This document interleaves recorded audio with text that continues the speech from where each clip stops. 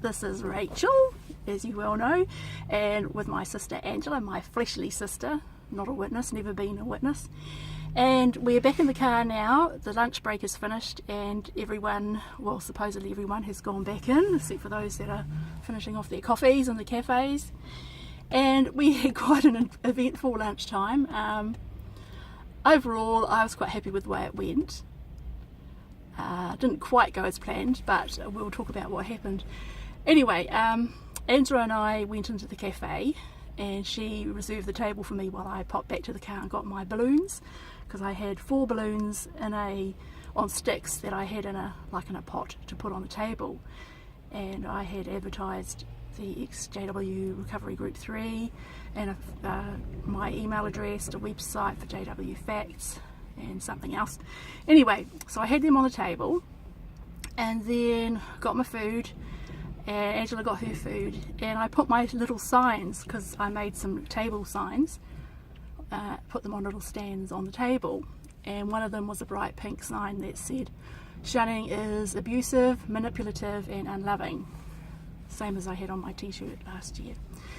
Anyway, I had that on the table and another sign, and I could see some staff in the background, the staff for the arena, dressed in black, sort of looking over our way a little bit, and Angela got back to the table with her food, and these 2 guys came over and basically told us that the cafe was, well, booked out, part of the facility that was booked out for the Jehovah's Witness function, and we sort of said, well, it is a public cafe, isn't it? Oh yes it is, but you know, you can't have those signs here. All the balloons. All the balloons. They just didn't want any signage, basically. I did say, well, what about my t-shirt? Do you want me to take that off? Which would have been pretty gross, wouldn't it, Angela? They said, no, keep it on, please. So they were okay about the sign on my t-shirt, but they offered very kindly to take my balloons and my signs and put them behind the reception desk. But I said, is it okay if I put them under the table instead and put my signs back in my bag? And they said that would be okay, but they were quite insistent that if we were going to stay there, we had to remove our signs. And you know, we're welcome to stay there as long as we want to eat, but that was not really the purpose of why we were there, really, was it? So anyway, we sort of hastily finished our lunch. He did tell us that it would be okay for us to go outside. He said they have no jurisdiction over the outside of the building. So Andrew and I, after lunch, took the balloons back to the car. But you left your handbag. Ah, yes. On the very table. Fortuitous. I accidentally left my handbag, and I was waiting outside with the balloons because I wasn't allowed back in with the balloons. So Angela went in to find my handbag, and she was taking forever, and I was thinking, oh my goodness, please, I hope nobody has stolen my handbag, because I got my brand new phone in it. So she eventually came out, and my feisty sister I got into a discussion with some witnesses. Yes, I'll Angela tell you what happened. So I went back to retrieve Rachel's handbag, and the 2 nice ladies in the queue, because all the people had come out for their lunch break and they were waiting for queuing up for their lunch, and they said, oh, it's over there. Oh, I don't know why they didn't tell us that as we left the building, but anyway, I went back and I said, oh, thanks. And as I walked past them and said thank you, they said, oh, it's just as well that we're good, honest witness. Jehovah's Witnesses. I said, yeah, that's fantastic. I said, although you're not the only, it's not only Jehovah's Witnesses that are honest people. I'm not a Jehovah's Witness, but I'm honest as well. But thank you anyway. I said, I thought here's an opportunity for a discussion. So I said, my sister was a Jehovah's Witness, but she's been disfellowshipped, and she's been shunned by her Jehovah's community, which I find appalling. And I said, I don't understand this religion that gripped my sister for so long, and now she's been disfellowshipped, and just no one speaks to her. They said, oh, and they seem to know Rachel, but they didn't say her name, but they said, oh, that's because, you know, she's done something wrong. And I was thinking, I don't know what she's done wrong. More than I do. And she's not sorry for it. Really? I said, yeah. I said, do you know about shunning? And they said, I said, no, people who have been shunned from this religion and never allowed to be spoken to by their family members. I find that just disgraceful. I can't understand it. And they said, oh no, that's not true. We're allowed to talk to our family. We're just not allowed to talk about religion to them. I said, really? I said, Rachel, I must tell Rachel. She doesn't know that. Maybe she's fine. All these people that had just ignored her, they were wrong. So they actually say hello to me and ask me how my day's been.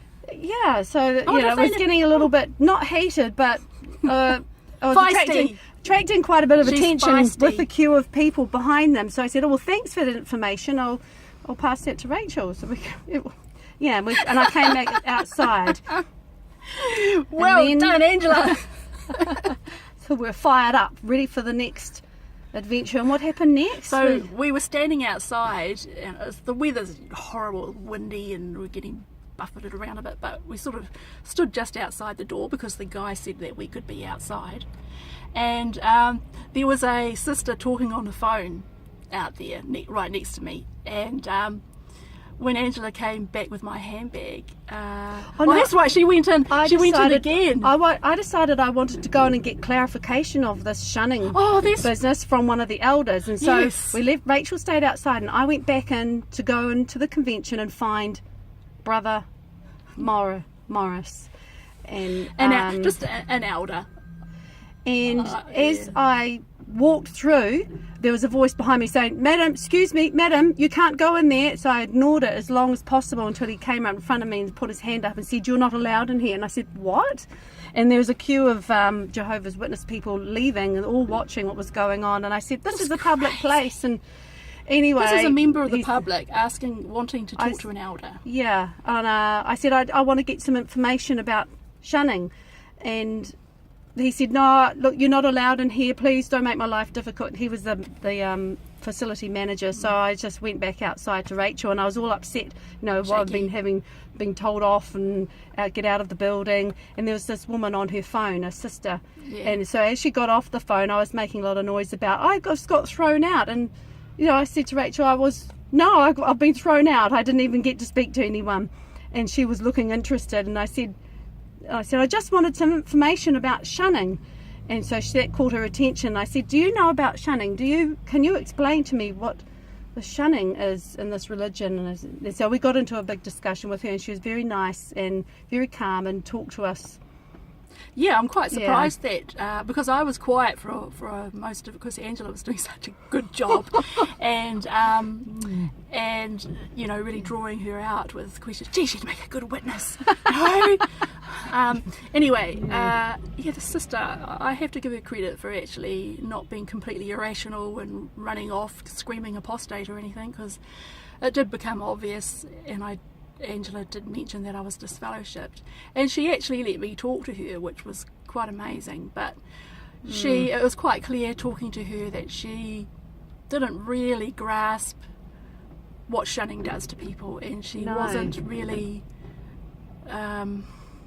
she was saying to Angela that if someone does something wrong and they're not sorry, and what was it, the other lady? But a lot of witnesses feel that you only get disfellowshipped if you've done something really bad and really immoral. And so I said to Angela, "Do you know what I was disfellowshipped for?" And Angela couldn't think off the top of her head, anyway. So I reminded her that I was disfellowshipped for having a different opinion. That, like many witnesses, I expressed to the elders that I did not believe that only Jehovah's Witnesses would be saved at Armageddon. I know a lot of witnesses feel like that, because when they're asked that question by members of the public, they don't say, "Yes, that's true, only witnesses." They'll say, "Oh no, we can't say. Jehovah is the judge. Jehovah reads hearts." Whereas the literature makes it quite plain that you have to be part of Jehovah's organisation to survive Armageddon. So this is the teaching that I didn't agree with, because I feel that it does not express love of neighbour. It incites, I wouldn't say hatred, but it makes you despise people of other religions.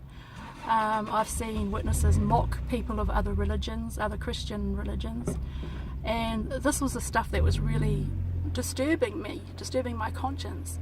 And so this is why I was disfellowshipped, for having a different opinion. It wasn't for some gross immorality. I didn't have an affair. I didn't come out as a lesbian.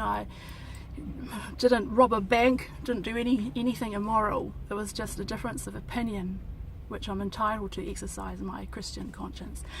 So anyway, I don't think this sister really grasped that. She still has it in her head that you have to do something morally wrong and unrepentant, and the elders know what they're doing, you know. Oh, and she did say to me that the elder is allowed to speak to some member of his family who's been disfellowshipped. I said, well, why are the rules different for him? Oh, because he can keep an eye on them and guide them back. I said, well, why is he allowed to do that and everyone else is expected just to cut their family members off completely? Like I said to her, I haven't had a visit from an elder to see how I'm going and guide me. In 4 years, I've been disfellowshipped for 4 years, and I haven't had any contact from an elder trying to shepherd me back. I said, I can't understand any religion that would make you just cut off your family and never speak to them again. That's so un-Christian, and I was making especially a lot for of young noise people, about it. you know, teenagers and young people that get cut off and they're not even grown up. So, what's that on my phone? Hope we're still recording. Yes. Anything else? What else did we do? We're still recording. Good, thank goodness. We brought out decided to. Just one thing. I with this sister, because she seemed okay with me talking, because I was quiet for a long time, and then I tried to bring up those scriptures, because she kept saying that shunning is scriptural, and I said, well, if you studied it for yourself and really looked at those root words, you know, the words that are used to imply shunning. Is that your phone? No. That you'll find there is a discrepancy, because in the verses that are used for marking the words quit, stop mixing in company with or stop associating with, the same word is used as in the scriptures that are used for shunning. But, you know, in the marking, you're still allowed to talk to the person. So it's not really scripturally consistent, you know, the way they apply these verses. And shunning people, it has such a dire effect on them. Shunning and the silent treatment is a kind of a torture. Psychologists recognise how detrimental it is to a person's psyche. You know, when you think how serious the implications of it are, then you should be darn sure that you've got your scriptural information correct. You know, because people commit suicide from being shunned. And you told the lady that. Yeah. Oh, actually, the lady in the queue, in the cafe, you told her that, and she said, "Oh, she didn't believe it." I said my sister deals with people who have been affected by shunning to the point that they are suicidal, and she said, "Oh, I don't believe that." I said, "Well, believe it, because it's happening." And she's, I didn't want to provoke her more, but they're so in the dark. They just don't want to think about it. I mean, the rest of the world is cottoning on to this, except for the witnesses. They can see the rotten fruitage that come from the Jehovah's Witnesses organisation, but they can't see it themselves. So anyway, it gets even better, doesn't it, our story? Because we were outside, we finished talking with that lady, with that sister, who was really, she was very nice, really. So we thought we'd get our signs out. Nothing much was happening. That guy came out and apologised to you for throwing you out. Yeah. So he was hot and cold, because he came and he was caught in the middle. Caught in the middle, being told to come and get rid of us, move us on, although he didn't really want to be the bad guy. So anyway, he was getting pretty forceful and pretty. You know, he was talking about phoning the police. We said, please, we'd like you to phone the police. That would give us a bit of publicity. But he said, no, I'm not going to call the police. I said, well, we'll go. And he wanted it to be nice. He didn't want to be uncomfortable. He didn't want people telling him to get rid of those people out there. And I said, I'm not here to make you feel comfortable. You know, I'm here with a message I want these poor people to see. But because earlier he told us that we would be okay outside. So we were standing outside when he came out this time, and the time he came out and apologised, and then he came out again, after we'd been observed talking to the sister for quite a while, How long were we talking to her? About 10 minutes, At least 15 maybe minutes. about 15 minutes Yeah. or something. It was quite a Yeah. while. And he came out and he was really a lot firmer. He sort of was apologetic at the same time, but firm. And it said that they'd hired the whole car park area as well. So we had to go right out onto the road. And, you know, I asked him, are we doing something illegal? What did he answer that? He said, yes, it's illegal. Oh, I don't know. So we thought maybe we will pop into the police station and check out what because I do know last year I read up about my rights to public protest, and I would have thought this was all public and we were outside of the building. Last year outside of the building was okay. So I thought we could pop into the police station and just check to see if they know. But then I thought, why waste the rest of the lunchtime in the police station? I still have a perfectly good t-shirt with a good sign on it. So even though it was cold, I took my coat off and we just walked around the perimeter, around the footpath and through the adjacent art gallery cafe, which is an entirely separate building, but there are a lot of witnesses that have lunch in there. And there were quite a few in there, so we walked through there instead before coming back to the car. But yeah, it got pretty heated and quite a bit. It drew a lot of attention. A spectacle, really, for people who Yeah. were standing near the door, who could hear. And Angela's quite. She didn't shout, but she was forceful. You know, she's forceful. I just wanted some information. I just wanted someone to tell me what the hell what this shunning is about, because it's ridiculous. But Yeah. anyway, Yeah. maybe I'll come back next year or next week. Angela did bump into a lady she recognised who comes into her place of business during the week, and a sister who was at the art gallery sort of area, and she was chatting away with Angela, but I don't know if she realised that she was with me, whether she bothered to look at my shirt or not. And it's hard to miss my shirt because I'm so big at the top that, you know, it all stands out rather unflatteringly. So, but anyway, when we got back to the car, I still had 3 balloons left on my sign on the roof, and I think they've done pretty well because it is pretty windy. And well, I don't think today could have really gone any better. This is, you know, I saw quite a few people looking at the signs on the car as they walked past, and I mean that's all you can hope for, really. And perhaps a little bit of tongue wagging, a little bit of gossip, and a little bit of exaggerating of the truth to get people. Apparently, a couple of years ago, 4 years ago, apparently my husband and I got forced out of the convention by about 15 brothers linking arms, which was absolutely ridiculous. That never happened. So we actually ran out of the convention, my husband and I, with the 2 or 3 elders chasing us, but that's, you know, we weren't being forced out, and apparently we accused them of assault, but that never happened either. So things really get distorted and exaggerated. But having said this,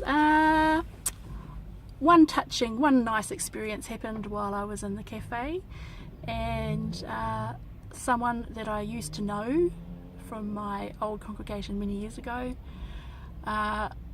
when he walked past me, he just reassuringly sort of tapped me on the arm, and I thought that was really nice. That because now I know that he doesn't think that I'm an apostate monster, bogeyman, horrible person. You know that. So whatever he meant by that, it was positive, so I felt really happy about that. That was nice. Hopefully his wife feels the same way. Anyway, is that about it? Yep, until next time. I think we're going to go and hit the shops for a bit of light Yeah. light, what's the word, retail Relief. therapy. Yeah. It'll probably just be window shopping actually, but yeah, okay. I hope you've enjoyed this. We've had a blast, haven't we? Yeah. Do it again next year. Okay, all right, bye.